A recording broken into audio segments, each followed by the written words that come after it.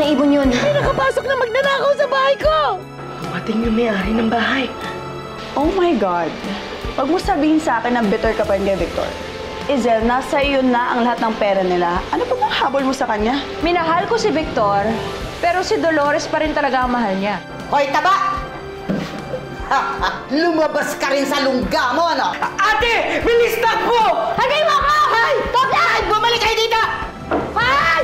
Alam ko na hanggang ngayon, mahal mo pa rin si Dolores. Ang malaki kong pagsisisi ay pinag-iwalay ko kasi kayo ni Dolores pagkatapos pinagtulakan kita kay Izel. Kung saan ka masaya, masaya na rin ako. Kaya sundin mo na lang ang nasa puso mo.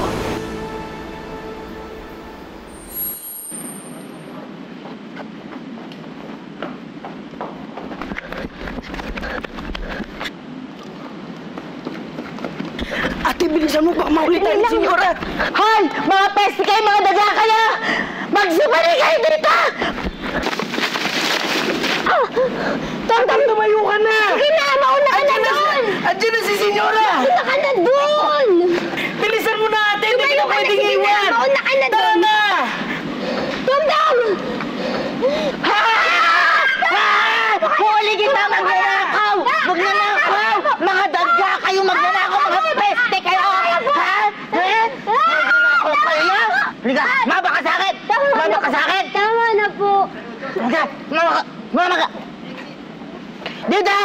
Kayo magnanakaw kayo dito! Oh, Victor, napatawag ka. Kamusta si Elisa? Okay naman siya. Natutulog na. Dolores, may papakiusap sana ako sa'yo. Ano yun? Baka po pwedeng dumito muna kayo sa bahay. Kasi naawa naman ako sa bata. Baka ako namimiss ka na niya. Wala namang problema, Victor. Basta para sa anak ko, gagawin ko lahat. Hindi naman nakakaabala yun. Dadalhin ko lang tong mga gamit sa bahay. Tapos, pupunta na ako dyan. Sasama ko si Ding. Pwede ko kayong sunduin dyan.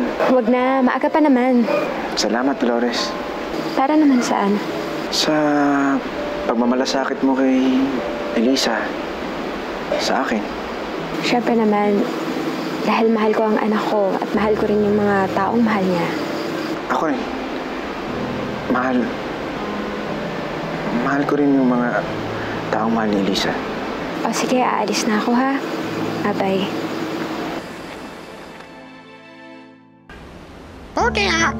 Okay nga. Yan ang bagay sa inyo, mga simbergwensa kayo. Sorry po. Sorry? Ganun lang yon? Matapos yung limasin ang laman ng ref ko? At ang hindi ko mapapatawad sa inyo ay ang ginawa ninyong paninira sa aking mga rosas. Alam niyo ba kung gaano nakatagal yon? Matanda pa sa'yo! 15 taon kong inalagaan yon. Pagkatapos gano'n lang gagawin nyo, sasagasaan nyo lang! Nasaan ang kasama mo? Wala na po siya. Hindi na po siya babalik. Hindi pwede. Kailangan panagutan din niya ang ginawa niyang kasalanan. Ang paninira sa mga halaman ko. Wala na po siya. Huwag niyo na po siyang hanapin. Ah, ganon? Tignan ko lang.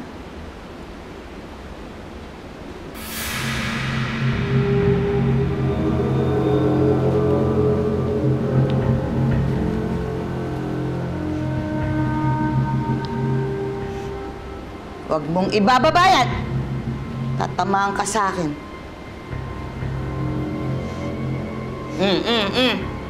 Taas mo yan. Aantayin natin siyang bumalik. Taas! Taas!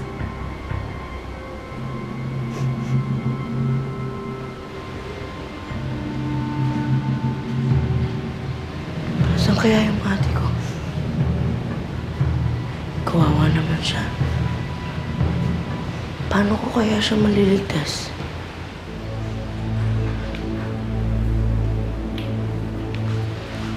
Pero kung ako rin mahuli, hindi parehas kaming patay. Tama na po. Hindi ko na po kaya. Taas mo, taas! Hindi ka titigil dyan hanggat hindi bumabalik ang kasama mo. Tama na po. Patawarin niyo na po kami. Ganun lang yon? Hindi. Kailangan panagutan yung kasalanan nyo.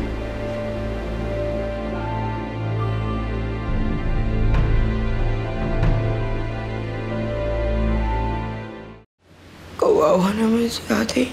Ano kayang gagawin ko? Kapag hindi lumabas ang kasama mo, luluhod ka dyan!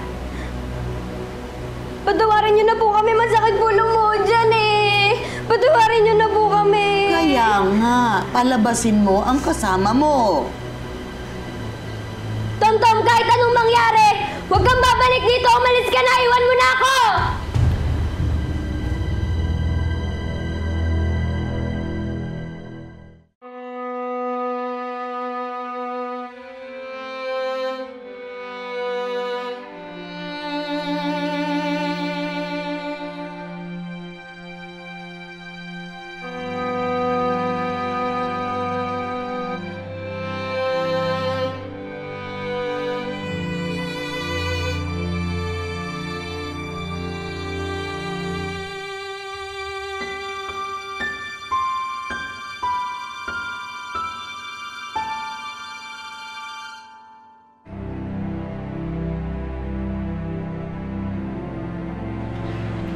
Nay?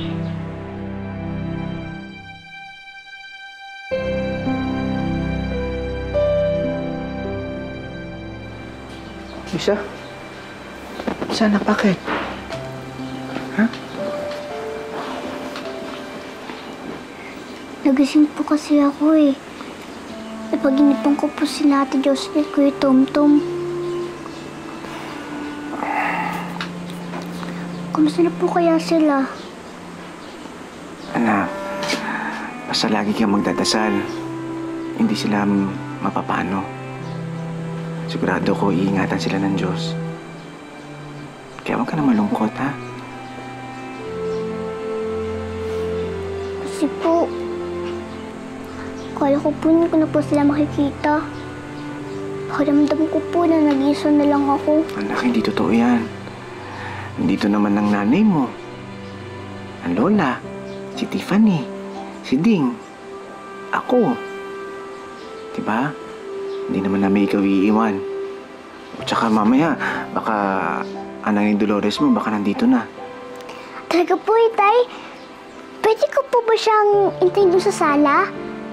Sige, punta mo siya, baka mamaya andyan na yun. Salamat po, Itay. Ito po ang prize niyo sa akin. Anong price? Mwah! Ang sarap naman ng price yun. Ako din. Salamat po, Itay. Oh, ayan. Luhod. Sorry na po. Pero masakit po lumuhod dyan eh. Tatawarin niyo na po kami. Luhod. Sorry na po. Luhod! Tama na po! Huwag niyo na po parusahan ng ate ko. Nandito na naman po ako, ah!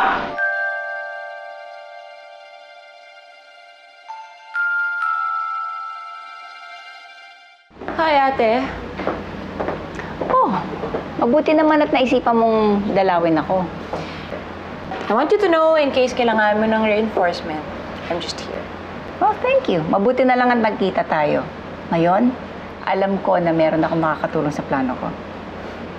Alam mo, napakalaking tulong mo rin sa akin. Dahil ngayong alam kong ikaw na ang hawak ng kaso ng mga Gwison, kampante na ako.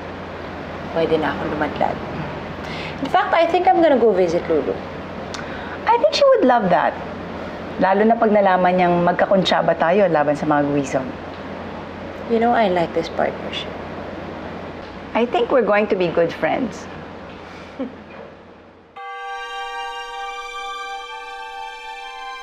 Tom, umalis ka na. Tumakbo ka na. Iwan mo na ako. Ate, hindi kita pwedeng iwan. Hindi ako alis dito hanggang di kita kasama. Ma'am, huwag niyo na po siyang parusahan. Senyora Adelaida ang itawag mo sa akin. Senyora, patawarin niyo na po kami. Alis na po kami dito. Pangako po, hindi na po kami babalik. Hindi. Walang aalis. Kailangan panagutan ninyo ang ginawa ninyong kasalanan. Kinain yung lahat ang pagkain ko sa ref. Sinira ninyo ang tanim ko. Pagbabayaran nyo yan. Ngayon. Saan niyo po kami Halika. dadalhin? Sumama kayo sa akin. Pasensya na po kayo. Tawarin niyo na po kami. Sumama ka, taba! Senyora! Pagkasin na po kami dito! Senyora! Sige na po, senyora! Senyora! Kami dito! Ano ba? Ang iingay nyo! Mapapagod lang kayo. Pero hindi kayo lalabas ng bahay na to. Mangingi po sana kami ng sorry. Kung pababayaran niyo po lahat ng nakain po namin pagkain niyo, tsaka po yung mga nasira naming tanim, wala po kaming pera. Hindi kayo aalis sa bahay na to. Hanggat hindi ninyo tinatanim ang mga rosas na nasira ninyo. Totoo po yun na wala kaming pera. Kaya po sana huwag niyo kami ikulong dito. Hindi. Hihintayin natin na mamulaklak ang mga rosas. Dahil dun lang ako makakasiguro na malusog at buhay ang mga tinanim ninyo. Di, sobrang tagal po nun. Talagang matagal. Rosas ang sinira nyo. Rosas din ang ibabayad ninyo. Kaya hindi kayo aalis sa bahay na to.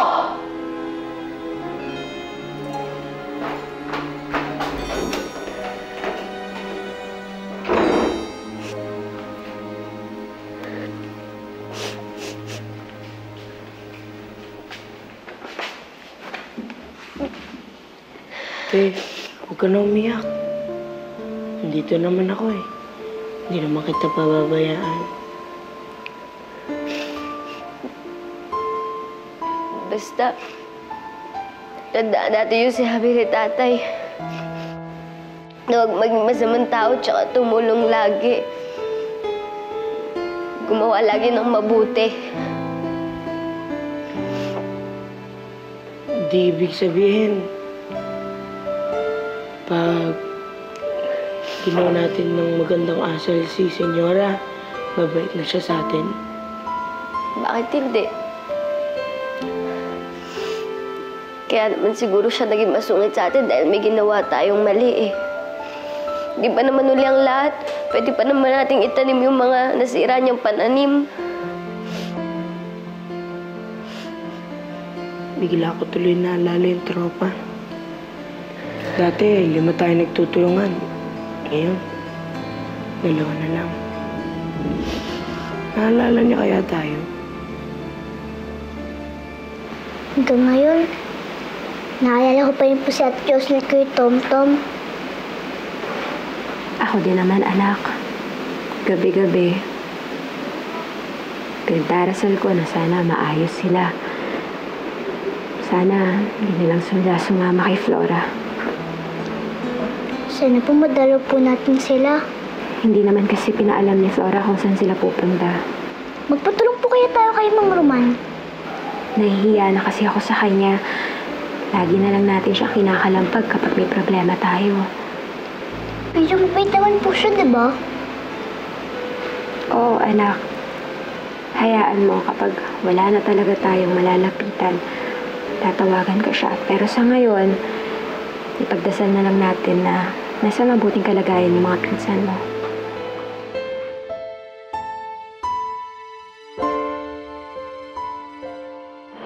Ma'am, kamusta yung kaso ni Billy Roman? Wala pang update ng mga ito. Mukhang umapila na naman ang abogado niya na huwag mo nang dalhin sa CBJ. Paano nadidili yung kaso niya ng ganun? Mukhang magaling ang abogado niya. Alam kung ano ang gagawin. Imaginin mo kung hindi ba naman tuso, naglaslas para lang hindi makulong. Sige ho, salamat. Pupuntahan ko siya ngayon.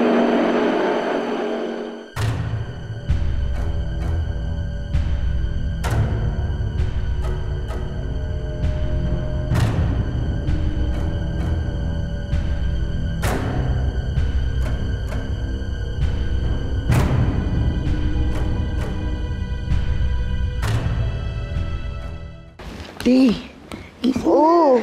Ano ba? Bakit?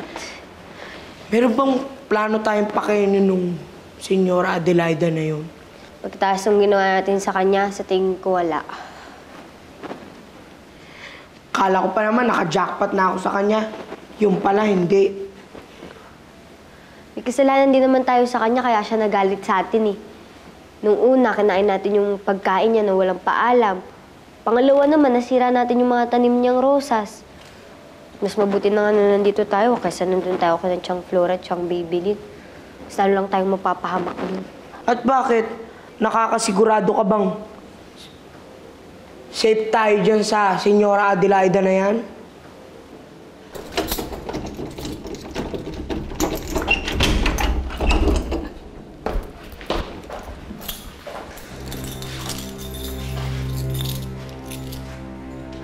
Labas. Pakakawalan niyo na po kami. Hindi. Oras na para magbayad. Labas. Tayo na.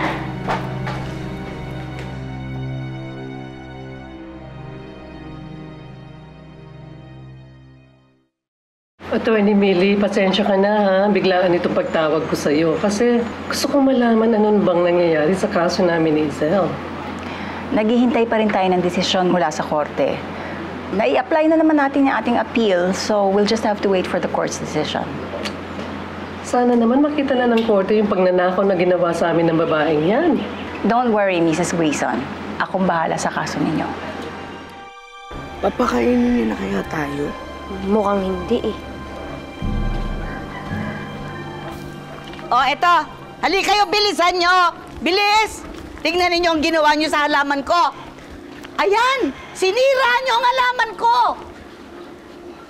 Pasensya na po kayo. Madilim po kasi kaya hindi namin nakita. Ay, nako. Kahit ano pa ang dahilan ninyo, ano pa ang rason ninyo, kailangan ibalik nyo yan sa dati. Hindi kayo aalis sa bahay na to na hindi ko makikitang malulusog, magaganda, at namumulaklak ang aking mga rosas. Naintindihan nyo? At pagbabayaran ninyo, at pagtatrabahuhan nyo, ang bawat butil ng bigas na kakainin nyo. Ano nga palang pangalan nyo? Ako po si Josie. Ikaw, taba. Tom-tom po, baka pwedeng kumain muna. Talagang bagay sa'yo ang pangalan mo. Hindi ka pa nagtatrabaho. Nagugutom ka na. At huwag nyo nang tatangkaing tumakas. Dahil may magsusumbong sa akin. Correct! Correct! Sige na. Umpisan nyo na. Umpisa na! Bilis! Bilis! Marami pa nang gagawin.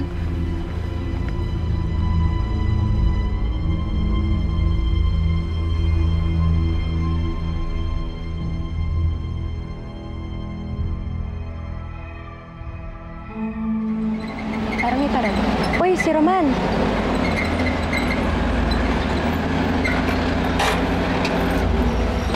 Oh, Roman! Napadalaw ka. Kayo talaga sadya ako dito. May babalita lang ako. Hanggang ngayon kasi hindi pa rin umuusad ang kaso ni Lulu. At ang kasabot niya si Elmo, hindi pa rin nahuhuli. Eh, nasaan na si Lulu? Ayun, nasa ospital pa rin. Pero hanggang di siya nakukulong, pwedeng-pwede niya kayo balikan. Baka naman may maimpluwensyang taong kakonsyaba yan si Lulu. Hindi malayo. Pwedeng may tumutulong sa kanya, kaya hindi umuusad yung kaso niya. Sino kaya? Wala akong kilalang abogado niya eh. Pwedeng abogado, pwedeng kamag-anak, pero isa lang alam ko, magaling na tao yun at mautak.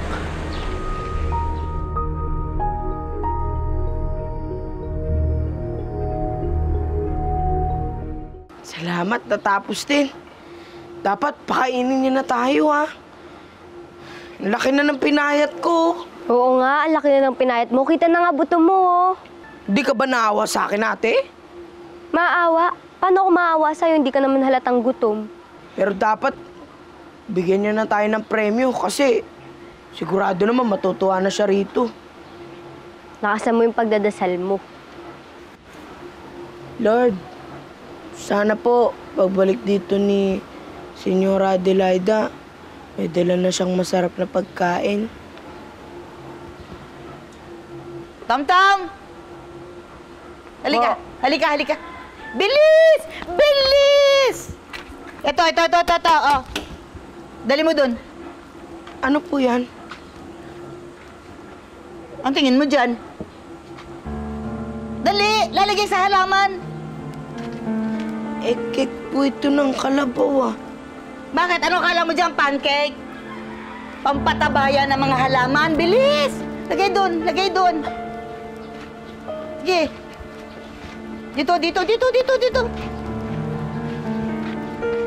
Yan, para gumanda yung mga halaman. Pampatabayan.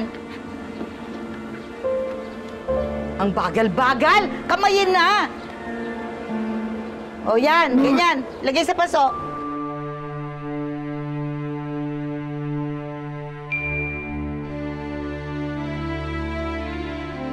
Yan, sige. Lahat yan, lalagyan. Lahat yan. Lagyan nyo, bilisan nyo at marami pang gagawin.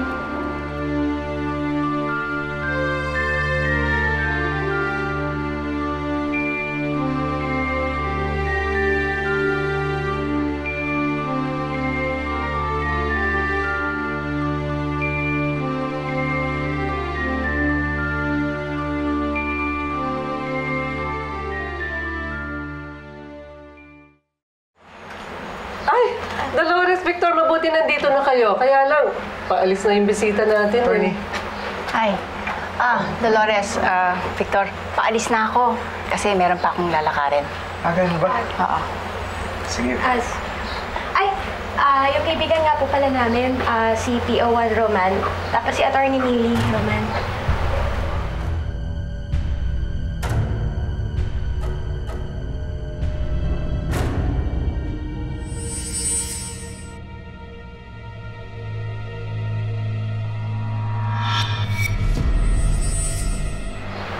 PO1 Roman Guevara po.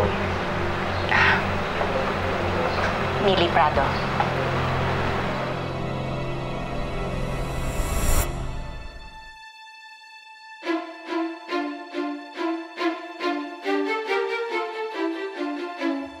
Nakasulat ba dyan kung anong probinsya siya galing? Wala pero nakalagay dito yung dating address niya sa Binangonan, Rizal. Saan sa Binangonan? Palim Island, bro. Ano gusto mong gawin ko sa kanya? Alanganin namang ayain mo mag-dinner. Pwede rin. Saka ako siya didispatchahin. Ngayon ko malalaman ang tunay na pagkatao mo, Atty. Prado. Dito po ba nakatira si Flora Pabro? Ay, dyan po yung bahay niya. Tingnan ko, baka nandito sa kusina. Flora! May tao hinahanap ka, Flora! Oh, sino ba yan?